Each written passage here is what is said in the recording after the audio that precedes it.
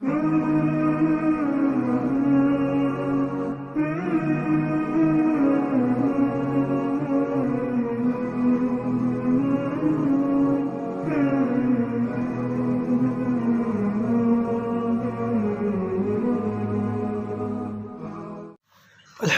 وحدہ والصلاة والسلام علی من لا نبی بعدہ اما بعد اعوذ باللہ من الشیطان الرجیم بسم اللہ الرحمن الرحیم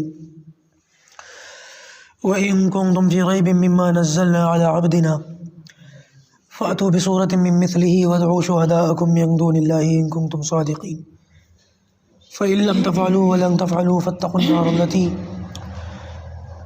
النَّارَ الَّتِي وَقُودُهَا النَّاسُ وَالْحِجَارَةُ أُعِدَّتْ لِلْكَافِرِينَ صدق اللہ العظیم۔ بات چل رہی ہے قرآن مجید کا پوری دنیا کو چیلنج، اور پوری دنیا کا خاص طور سے عرب قوم کا اس چیلنج پر رد عمل یعنی کہ ری ایکشن۔ ایک بات یاد رکھیے گا، گزشتہ 4-5 نشستوں میں اسی پر بات ہو رہی تھی۔ یہ بات ہمارے ذہن میں آنی چاہیے کہ عرب قوم جو بڑی فصیح اور بلیغ قوم تھی، پڑھے لکھے نہیں تھے لیکن شعر و شاعری، فصاحت و بلاغت ان کے ہاتھ کی چھڑی تھی۔ یہ ایک محاورہ ہے، ہاتھ کی چھڑی، یعنی کہ ان کے لیے بائیں ہاتھ کا کمال تھا، جیسے ہمارے یہاں محاورہ ہے بائیں ہاتھ کا کمال۔ تو جب انہوں نے دیکھ لیا کہ قرآن نازل ہو گیا ہے، اللہ کے رسول نے نبوت کا دعویٰ کر دیا ہے، تو اس قوم نے اللہ کے رسول صلی اللہ علیہ وسلم کی آواز کو دبانے کے لیے طرح طرح کے ہتھ کنڈے اختیار کیے، صحابہ کو ستایا، طرح طرح کے ظلم کیے، جنگوں تک کی نوبت آئی، اپنے سر دھڑ کی بازی لگا دی، بیوی بچے جان مال سب قربان کرنے کے لیے تیار ہو گئے، لیکن یہ ہمت نہ ہوئی کہ 2 لائنیں قرآن جیسی بنا کر کے قصہ ختم کر دیتے، بات کو ختم کر دیتے۔ اچھا، اگر یہ نہیں ہو رہا تھا تو ایک کام اور کر سکتے تھے، وہ یہ کہ قرآن جیسا کلام تو وہ نہ بنا سکتے تھے، لیکن پروپیگنڈا کر دیتے، 2-4 لائنیں ویسی بنا دیتے اور کہتے تھے کہ دیکھو ہم نے قرآن جیسی لائنیں بنا دی، جھوٹ بول کر کام چل جاتا۔ پرانے زمانے کا ایک قصہ مشہور ہے کہ وہ برادریوں کا بڑا مسئلہ تھا، جیسے آج ہمارے یہاں یہ مصیبت آ گئی ہے، بڑی برادری اور چھوٹی برادری۔ تو اس زمانے میں یہ بڑا مسئلہ تھا کہ بڑی برادری کے لوگ چھوٹی برادریوں کے یہاں جانا اپنے لیے بے عزتی سمجھتے تھے، ان کے یہاں کا کھانا پینا بھی استعمال نہیں کرتے تھے۔ تو ہوا یہ کہ بڑی برادری کے 4 دوست کسی سفر پہ تھے، کہیں جا رہے تھے، رستے میں کنواں پڑ گیا، اور وہ جو چھوٹی برادری کے لوگ تھے ان کا کنواں تھا، پیاس تو بہت لگ رہی تھی، سفر کی سختی تھی۔ ان میں سے 3 نے سوچا چلو پانی پی لیتے، ایک نے کہا میں ہرگز پانی نہیں پیوں گا، ہرگز نہیں پیوں گا۔ تو پیاس کی شدت کی وجہ سے تینوں نے تو پانی پی لیا، پیٹ بھر کے پیا، اور یہ چوتھا تھا یہ رہ گیا۔ اس نے کہا ایسا ہے اگر تم نے گئے گزرے لوگوں کا پانی پی لیا ہے تو تم بھی گئے گزرے ہو گئے، میرے ساتھ سفر نہ کرنا، اور اب جہاں ہم جا رہے ہیں وہاں پہنچ کر میں ضرور لوگوں کو بتاؤں گا کہ تم نے نیچ لوگوں کا پانی پیا ہے۔ الگ ہو گیا۔ یہ تینوں لوگ جو ہیں جنہوں نے پانی پیا تھا یہ وہاں پہلے پہنچ گئے، اور پہنچ کر وہاں کے لوگوں کو یہ بتایا کہ ہمارا جو چوتھا ساتھی ہے نا، اس نے نیچ برادری کے لوگوں کے کنویں کا پانی پی لیا تھا، اس لیے ہم نے اس کو الگ کر دیا۔ لوگوں نے کہا ٹھیک ہے آنے دو، اب اس کی مرمت کرتے ہیں۔ وہ جب آیا تو اس نے ان تینوں کو دیکھا ٹھاٹ باٹ لگے ہوئے، چارپائی پر تکیے ڈال کے بیٹھے ہوئے، تو اس نے کہا خبردار ان لوگوں کو اپنا مہمان مت بنانا، انہوں نے نیچ لوگوں کا پانی پیا ہے۔ وہ کہنے لگے تو جھوٹا ہے، تو مکار ہے، تو نے نیچ لوگوں کا کنویں کا پانی پیا ہے۔ تو بات تو اس کی صحیح تھی لیکن بیچارہ اکیلا تھا، 3 لوگ تھے جھوٹ بول رہے تھے لیکن میجورٹی ان کی تھی۔ تو قوم نے کیا کیا، یہ آج بھی ہماری مصیبت ہے نا، ایک آدمی اگر اکیلا ہو، سچا ہو، تو اکیلا ہونے کی وجہ سے اس کی بات دب جاتی ہے۔ ہمیشہ یہ دیکھیے گا، حضرت حسین رضی اللہ تعالیٰ عنہ کربلا کے میدان میں 70-75 لوگوں کو لے کے کھڑے ہوئے، اور 22,000 یزیدی ہیں، تو کیا تعداد کے اعتبار سے میجورٹی یزیدیوں کی ہو تو کیا معاذ اللہ ہم یہ سوچ سکتے کہ یزید حق پر تھا؟ سوچ سکتے؟ تو ہمارے یہاں پر یہ جو تولنے کی اور ناپنے کے باڑ بنے ہوئے نا، تعداد جس کی زیادہ ہوتی ہے، جس کی لاٹھی اس کی بھینس، یہ بڑا غلط۔ ہمیشہ جج کرنا چاہیے دونوں طرف کے دلائل کو سمجھ کر، باتوں کو دیکھ کر۔ بہرحال اس بیچارے کو لوگوں نے مارا۔ عرض یہ کر رہا تھا کہ نبی کریم صلی اللہ علیہ وسلم اکیلے تھے، یہ زیادہ سے زیادہ جو صحابہ آپ کے ساتھ تھے وہ کمزور تھے، یا اس دور کے اعتبار سے بہت زیادہ فائنینشلی یا فزیکلی بہت زیادہ اسٹرانگ نہیں تھے، کمزور تھے۔ تو یہ لوگ چاہتے تو جھوٹ بول کر اپنی میجورٹی دکھا کر ہاں جی ہاں ہم نے بنا لیا، جھوٹا کلام بنا کر کے پیش کر دیتے. لیکن عرب کے اندر ایک بات تھی، ان کی گھٹی میں تھی، 360 خداؤں کو ماننے والے بھی کبھی جھوٹ نہیں بولتے تھے.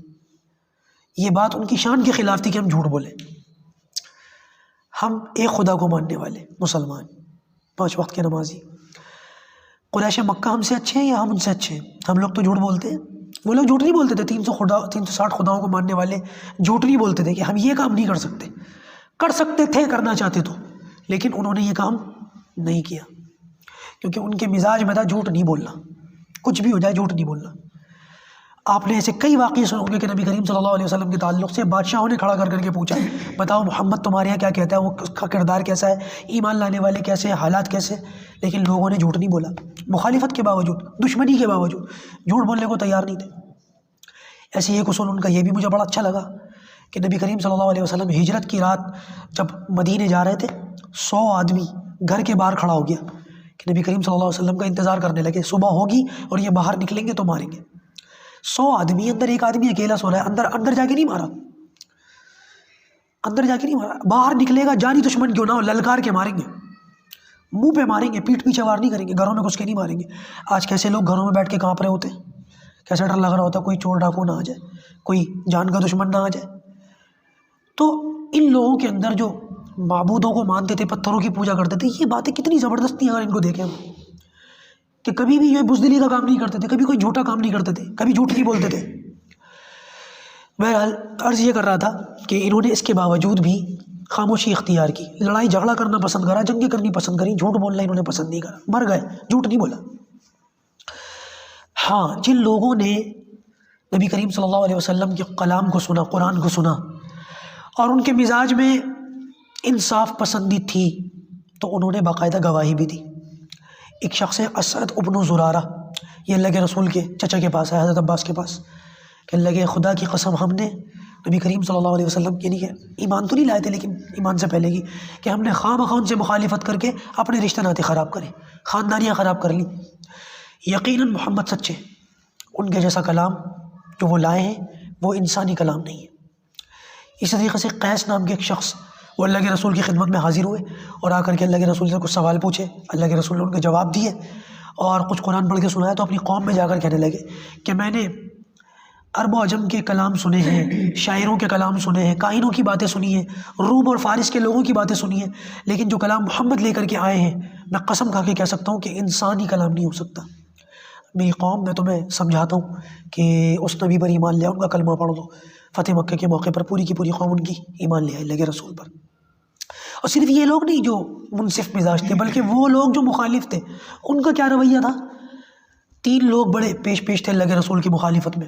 نمبر 1 ابو جہل، نمبر 2 ابو سفیان، اور نمبر 3 اخنس ابن شریک.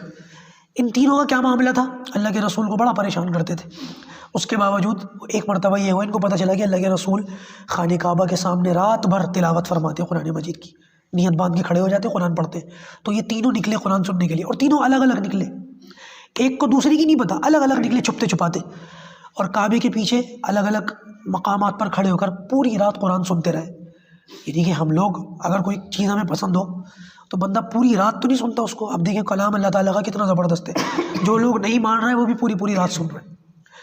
جب صبح ہوئی اور سورج نکلا اور یہ لوگ واپس جانے لگے تو تینوں کی ملاقات ہوئی. انہوں نے ایک دوسرے سے پوچھا کہاں سے آ رہا ہو، کہ قرآن، میں نے کہا نا جھوٹ نہیں بولتے تھے، محمد کے منہ سے کلام سننے گئے تھے، کیا زبردست کلام ہے. تو تینوں نے ایک دوسرے کو لعنت کری کہ مخالفت کرتے ہو پھر وہاں جا رہے ہو، اور خبردار کسی کو پتہ نہ چلے کہ ہم یہاں آ کے قرآن سن رہے تھے، ورنہ قوم مسلمان ہو جائے گی. اور آج کے بعد کوئی آئے گا بھی نہیں. وعدہ کرو، ایک دوسرے سے وعدہ کرنے لگے، سب چلے گئے، وعدہ کر لیا اب کوئی نہیں آئے گا. اگلی رات پھر ابو جہل نے سوچا کہ باقی دونوں تو وعدہ کرا تھا آئیں گے نہیں، یہ نکل گئے. باقی دونوں لوگوں نے بھی یہی سوچا کہ ان دونوں نے بھی وعدہ کرا تھا آئیں گے نہیں، یہ بھی نکل گئے. پھر پوری رات قرآن سنا، پھر صبح ہوئی اور یہ واپس جانے لگے، پھر مل گئے. پھر ایک دوسرے کو لان تان کرنے لگے، میں تمہیں منع کرا تھا، تمہیں سمجھایا تھا، پھر تم آ گئے، چلو وعدہ کرو پھر کل کوئی نہیں آئے گا. ایسا 3 دن ہوا. تیسرے دن پھر آ گئے، پھر تیسرے دن ملاقات ہو گئی. تو تیسرے دن اخلص ابن شریک کو صبح کے ٹائم غصہ آیا. انہوں نے لاٹھی لی ہاتھوں میں اور سیدھا ابو سفیان کے گھر پہنچے. وارا، سچی سچی بتاؤ محمد کے کلام کے بارے میں تم کیا کہتے ہو. تو انہوں نے کھلے لفظوں میں نہیں، بند لفظوں میں کہا کہ محمد کا کلام سچا ہے، اس کے رب کا کلام ہے. تو یہ کان میں کہنے لگے کہ ہاں میری بھی رائے یہی ہے. تو دونوں مل کر ابو جہل کے پاس گئے. ابو جہل سچ سچ بتانا کہ محمد کے بارے میں، اس کے کلام کے بارے میں تمہارا کیا خیال ہے. اب دیکھیں ایمان نہ لانے کی وجہ دیکھیں. تو ابو جہل کہنے لگا کہ بات یہ ہے کہ بنو عبد مناف اور ہم ہمیشہ ٹکر پہ رہیں کسی بھی کام میں. سیاست کی بات ہو، قیادت کی بات ہو، مہمان نوازی کی بات ہو، رفاہی کاموں کی بات ہو. کبھی کوئی سیاست میں آگے بڑھا تو ہم نے ان کا مقابلہ کرا، کبھی کوئی مہمان نوازی میں آگے بڑھا تو ہم نے ان کو اس میں پیچھے کر کے دکھایا. ہر معاملے میں ہم نے ان کی برابری کی ہے، ان سے ٹکر لیے. کبھی کسی معاملے میں ہم نے ان لوگوں کو، بنی عبد مناف کو، آگے نہیں بڑھنے دیا. اب معاملہ ایسا ہے کہ ان کے گھر میں یہ بات اٹھی ہے کہ ہمارے میں ایک شخص پیدا ہوا ہے جو نبوت کا دعویٰ کرتا ہے اور اس پر آسمان سے کلام اترا ہے. اس لیے ہم نے تو یہ قسم کھا لی کہ مرتے دم تک ان کی مخالفت کریں گے. کیوں؟ اگر ان کی بات ہم نے ان کی بات مان لی تو یہ وہ کام ہوگا جو ہمارے یہاں کبھی کوئی نہیں کر سکے گا، اور ہم ان کی برابری نہیں کر پائیں گے، ہم پیچھے رہ جائیں گے. لہٰذا ہم نے قسم کھا لی ہے اس بات پر، جب تک جئیں گے محمد کی مخالفت کریں گے، کبھی ان کا ساتھ نہیں دیں گے. مانتا ہوں سچ ہے لیکن میں مانوں گا نہیں. جانتا ہوں سب کچھ سچ ہے لیکن مانتا نہیں ہوں اس بات کو. مان لیا تو پھر ہماری چودراہٹ چلی جائے گی. اب یہ واضح طور پر کلام موجود ہے اس کا. اللہ حفاظت فرمائے. یہ میں بتا رہا تھا کہ قرآن اللہ کے نبی کا معجزہ ہے. کیا معجزہ ہے؟ اس کی دو وجوہات آ گئیں. انشاءاللہ اس کی 7-8 وجوہات ہیں. 2 تو میں نے بتا دی آپ کو. انشاءاللہ عز و جل اس کے آگے کی جو بات ہے کل سے عرض کی جائے گی. اللہ